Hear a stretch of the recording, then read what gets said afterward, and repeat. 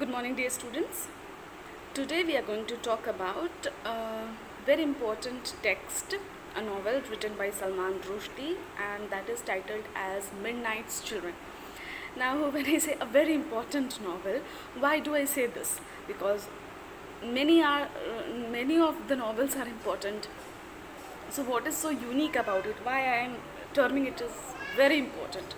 So, it is unique in itself because this is a novel which talks about the politics of India and the history of India, that too at the time of independence, and it also talks about the pre-independence and the post-independence era.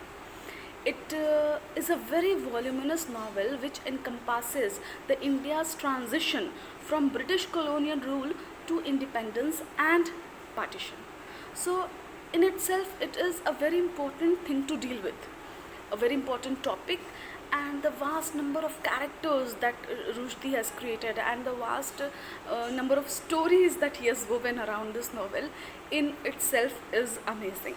So, that I will deal later on. But when I said it is a very voluminous novel, of course, it is divided into 3 books, and when it is talking about so many phases which India has seen and so many transitions that India has seen, the pre-independence phase, the independence and the post-independence phase. So of course it has to be voluminous. Another important thing is that when I say this novel is very important, because first it was published in 1981, and as soon as it was published it received the Booker Prize. So now when I say it received the Booker Prize, it is normal, many of the books have won the Booker Prize. So what makes it so unique? It is unique because it has not only bagged the Booker Prize, but in 1993 it bagged the Booker of Booker, celebrating the 25th anniversary of Booker Prize list winners, and then 40 years celebrating the 40th anniversary of the Booker Prize books. Among them all, it bagged the title of Best of Bookers. So it is a book which has not just, or which is not just a Booker Prize winner, but it is a book which is the best of Booker.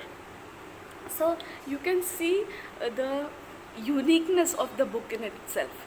Now, the most important thing is that in what are the veins which Rushdie has followed in this novel, and that is also very unique in itself because first of all it is a genre which deals with post-colonial perspectives. Of course it is talking about the phase after independence, so it is talking about post-colonial perspectives. It also talks about postmodernism and the situation which is taking place in the modern era. And apart from it, the genre it has been written is magical realism and history fiction interface.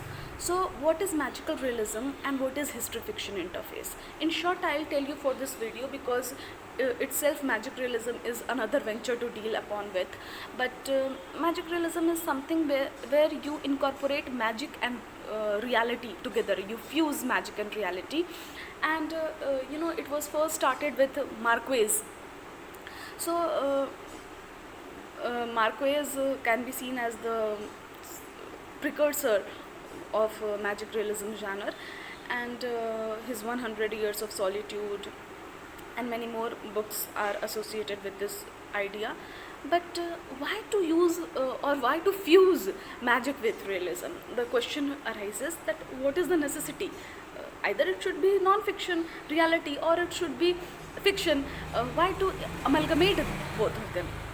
So in his non-fiction book Imaginary Homelands, Rushdie very well tells that or describes this and says that unreality is the only weapon with which reality can be smashed so that it can subsequently be reconstructed. So in order to reconstruct a reality, you have to create an altered reality. So that is what he is doing basically. And then again, history fiction interface, when I said.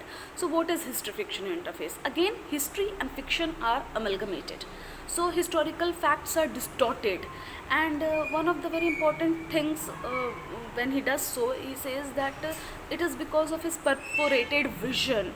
And why is his vision perforated? Why he cannot see clearly? Because everyone's perspective perspective changes with their uh, place from where they are seeing. Like if you have seen this or heard about this example of 6 people who were blindfolded, and when they touched the elephant from different angles, the reality for them were different. One who touched the tail, they he thought that it is a snake. One who touched the leg thought it is a tree trunk. So from where you are seeing, your perspective matters, and that's why with each and everyone's perspective the reality changes. And history has also got many parallel narratives. Now when we have come into this era of post-truth, we realize it even more that history is never concrete, and facts are distorted many a times. So Rushdie is also doing that intentionally to make you aware of these features of history. Now what is most important here, and the storyline which revolves is around the main protagonist of the novel, who is named as Salim Sinai. Now this is the story which is being narrated by Salim Sinai, and Salim Sinai is a person who is born at the precise stroke of midnight on India's independence. So he is born on 14th of August 1947, exactly at the time of midnight, at Dr. Narlikar's nursing home. So Salim many a times feels that he is mysteriously handcuffed to the history of India. Why? Because as soon as his story progresses, in the same way India's story progresses. And as soon as he opened his eyes into an independent India, and he has seen and witnessed all what is happening in India. Now this Salim Sinai, when we already mentioned that it is about magic realism, so there are magical things which comes into in. So this Salim Sinai is a person who is born with magical gift, and one of his magical gifts is his telepathic power. And not only Salim Sinai is born, but at that time between 12 o'clock to 1 o'clock at the night of India's independence, many different children were born. Exactly the total which Rushdie says is 1001 children were born at that night, and they all have got some or the other power, some magical powers. So Salim Sinai and 2 more are repeatedly mentioned from these Midnight Children's, and that's why the title comes Midnight Children. It is about the story of all those children who were born on that day particularly. So Salim Sinai, you have Shiva and you have Parvati, and Shiva and Parvati are also blessed with many powers, and Parvati is generally referred to as Parvati the witch, because she has also got many magical powers, and Shiva is has this magical power of having the capacity to endure any combat, and he can win any combat actually. So he is very strong. And then this novel starts in Kashmir, and it starts with the history of the grandfather of Salim Sinai. So Salim Sinai's maternal grandfather is Adam Aziz, and Adam Aziz is a doctor who is practicing in Kashmir. Adam Aziz comes to visit a lady called Naseem, and Naseem is ailing, she is ill, and many times when she is ill, Adam Aziz is called. But because she is unmarried girl, and whenever Aziz is called, he never sees her through his naked eyes, but a sheet is brought up in between them, and there is a hole in between that sheet, and from there the only part of the body which has to be treated is revealed to Aziz. And in this way, for 1 whole year, Aziz treats Naseem, and finally they both get married. So this sheet is also one of the identities of perforated vision, which Rushdie also possesses. He says that it had started with my grandparents and it is being carried in me also. I am unable to see the whole picture clearly, but I see them in pieces and from holes. So basically Rushdie's narrative technique is also said as perforated vision. Now when Adam Aziz and Naseem marry, they have 5 children altogether.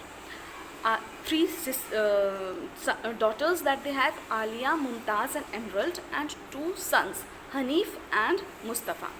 And then from Kashmir they migrate to Agra. In Agra, Aziz becomes very much associated with the freedom struggle and all, and he has this mentor called Mia Abdullah, and this Mia Abdullah vehemently protested the partition of India. But finally, of no use, partition of India happened and Mia Abdullah was brutally killed. So Mia Abdullah has got one more follower and ardent follower, that is Nadir Khan. So Adam Aziz helps Nadir Khan and brings him to his house and keeps him in his basement hidden for his safety. So there Mumtaz and Nadir Khan come in contact with one another and they get married. But for 2 years they have this marriage, and then also their marriage is not consummated. Coming to knowing this, Adam Aziz becomes infuriated and Nadir Khan escapes, and he goes by writing talaq, talaq, talaq, 3 words of talaq on a piece of paper for Mumtaz. So finally Mumtaz gets divorced from Nadir Khan, and then she marries Adam Sinai. Adam Sinai, father of Salim Sinai. So Ahmad Sinai, father of Salim Sinai. And this Ahmad Sinai was initially courting Alia. Alia was another daughter of Adam Aziz, but finally he marries Mumtaz. And after marrying Mumtaz, they shift to Bombay. Now, when Nadir Khan was in hiding, the third daughter of Adam Aziz disclosed these facts to Major Julfikar, and Major Julfikar finally marries Emerald. So all the 3 sisters, we come to know their stories, and then finally the story proceeds with Mumtaz and Ahmad Sinai marrying, and they shifting to Bombay. Now the story becomes very complex here. Why? You see, it is very confusing many times, so you have to be very clear with the characters, what is happening throughout the story. So Adam Aziz, after that Mumtaz marries Ahmad Sinai, and they move to Bombay. When they come to Bombay, Ahmad Sinai buys an estate. Now because India has become free, India is now independent, so the people who were living in India, the Britishers, are now going back to their country, and from there only one such colonial force or colonial person is General Mithwold. Now Mithwold has this estate in Bombay which he is now selling and going back to England. So Ahmad Sinai buys this estate of Mithwold, and on the Mithwold's estate there is a couple who is staying, V. Vilibinki and his wife Vanita. Now Vanita is also pregnant, but we have to come to know this fact that Vanita is not pregnant by V. Livinki, who is a street performer, but Vanita is pregnant by or impregnated by General Mithwold, now who is returning back to England. So Ahmad Sinai and Mumtaz are also expecting a child, and finally on the day of India's independence at 14th of August, both of them are admitted, Vanita and Mumtaz, both are admitted to the Doctors Nandikal's nursing home.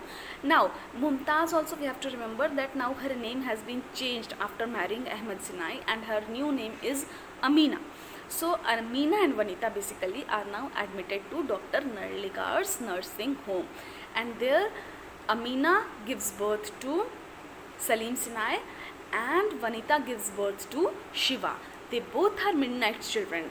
But now again here is a mystery and a confusion which is created by Rushdie, because there is a maid called Mary Pereira, and she is very much influenced by the idea of socialism and all, and his boyfriend is Joseph D'Costa, who has infused her with all these ideologies. So in order to bring equality, what she does, because Vanita is from a poor family, whereas Ahmad Sinai is from a well-off family, so she exchanges the children at the time of the birth. So finally, who was Shiva becomes Salim Sinai, and who was Salim Sinai becomes Shiva. So throughout we are telling the story of Salim Sinai, but in reality it is Shiva who has been exchanged. Now Salim Sinai for 10 years continuously lived the life of Shiva actually. Shiva for 10 years continuously lived the life of Salim Sinai, thinking that he is Salim Sinai. He is the son of Ahmad Sinai and Amina. But at the 10 years of age, once he meets with an accident, and then lot of blood is necessary for him, and when the blood test is done, it has come to the fact or the facts are disclosed that he is not the real son or the biological son of Ahmad Sinai.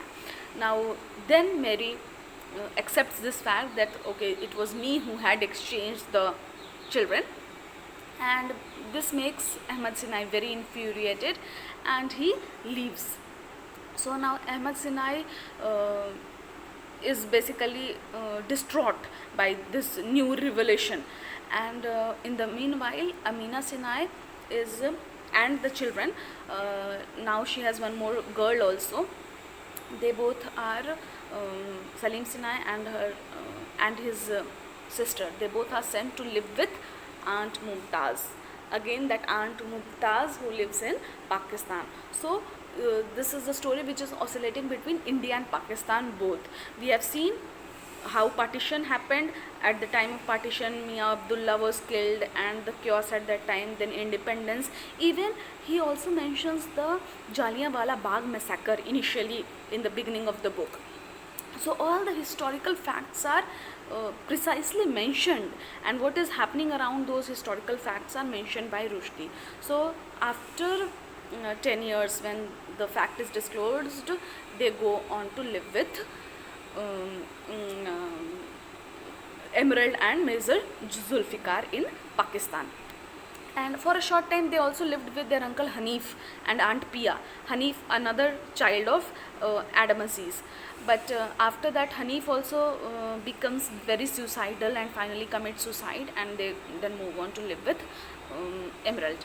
Now there in Pakistan also there is bombing, and there is this mention of Indo-Pak war, and then finally during a bomb shed the whole of the family is destroyed. Only Salim Sinai and the daughter remains.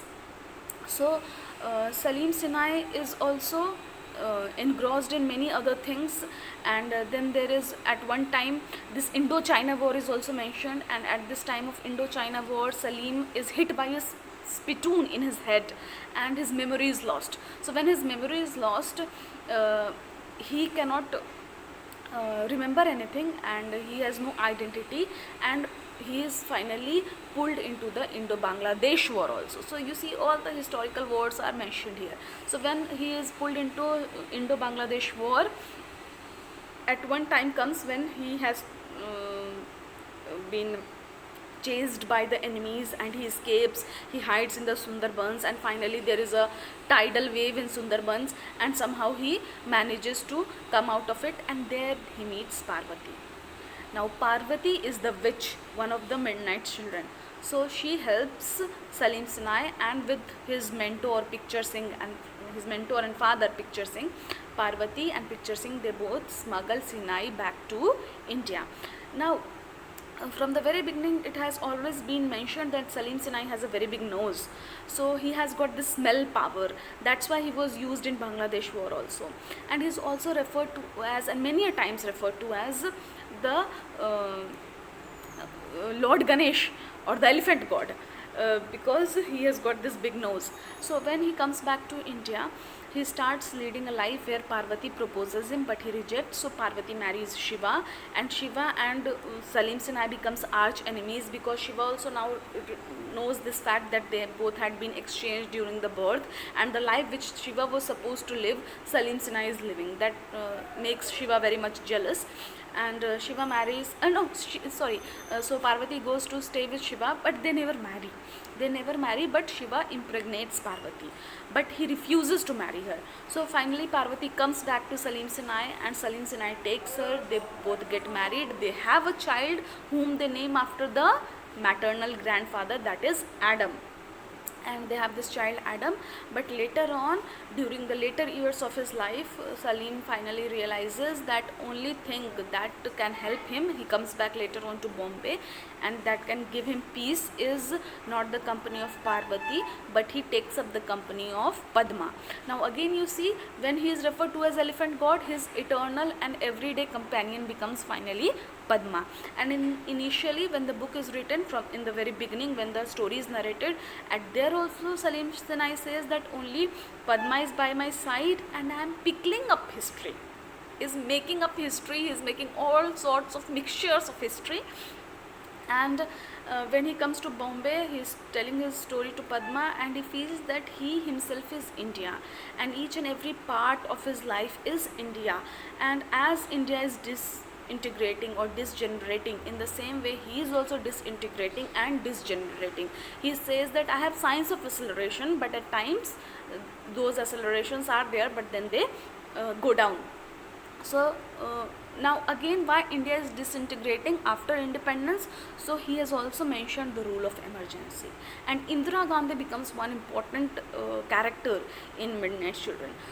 And we also come to know this fact that Salim Sinai was forcibly castrated in the emergency castration camps, sterilization camps. He was taken there by Shiva and was forcibly castrated. And then again Rushdie says there that this castration is not the castration of people, but it is the castration of their creativity. The creativity which was to be free after independence is now dying because of the authority of the political parties and the things like emergency rule. And then he many times has also mentioned Indira Gandhi as a witch whose hair is half black, half white, and she is a witch-like character. So there are so many things, so many stories to be told from Midnight Children. But in just, this is the whole story, the summing up of Midnight Children. And finally, after India's independence, and when Adam is born and Salim Sinai is castrated, now Salim realizes that this is the time when he is going to die.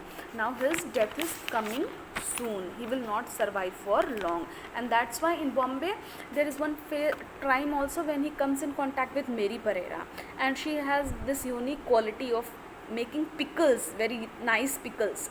So those pickles again gives him this idea of pickling up of history.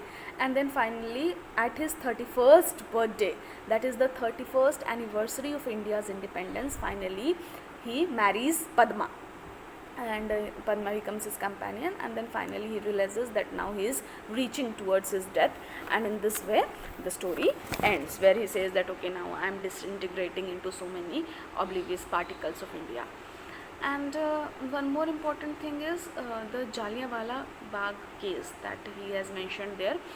There is a mention when Dr. Aziz as a doctor went to attend, he basically went to attend the Jallianwala Bagh scene, but at that time 50 white men shot fires at the command of General Dyer, and so many people were killed.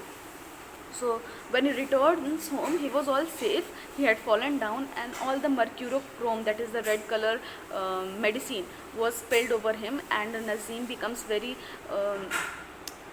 exasperated because she feels that he has been hurt, but he was not hurt.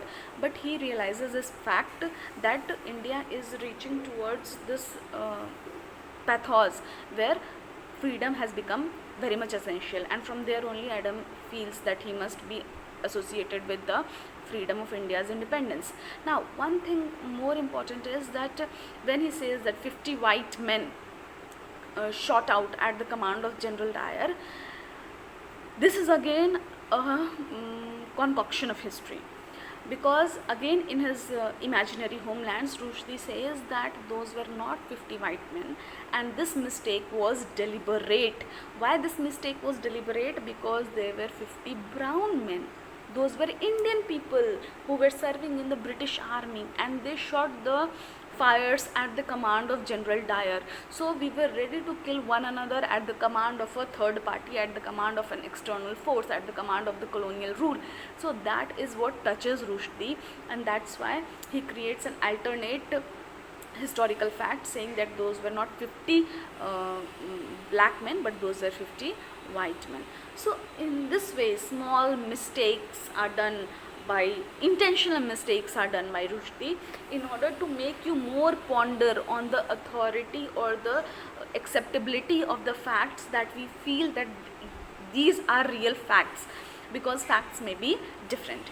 Then one another mistake he makes is the Ved Vyas and Valmiki confusion, because he says that he is like the elephant god, he is writing the history of India, and he is writing the history of India at the command of Valmiki. Now you have to or you all must know that Ganpati was writing Mahabharat at the command of Ved Vyas, not and Mahabharat was the story of India. So when he is writing the story of India, of course he is writing a Mahabharat, but it is not at the command of Valmiki, but it is at the command of Ved Vyas. So that is again another mistake, an intentional mistake, which he says that I have made in the book in order to bring you or ponder you more on the idea of right and wrong, or the idea of history and fiction, or the idea of magic and realism, the genres which he used in the novel. So summing up, this is all the summary of the novel. One more thing is that Rushdie himself is an author whose personal life, and personal life in the sense that not only personal life, his personal life which is related to the fictional world, like how a fatwa was issued under his name, or how he went into hiding for so long, recently he was attacked, and why all this chaos is going on around him. Even Midnight Children was banned in India initially, because he rebuked Indira Gandhi in such a way. In the same way, because of his writing of the satanic verses, a fatwa was issued under his name, and recent attack had been done on him. So there are so many controversies revolving around Rushdie. So that is another story to talk about. But in short, summing up, this is the whole crux of what is there in Midnight Children, and I assume you must have understood the basic idea of what is there in this novel. So that is all for today. Thank you.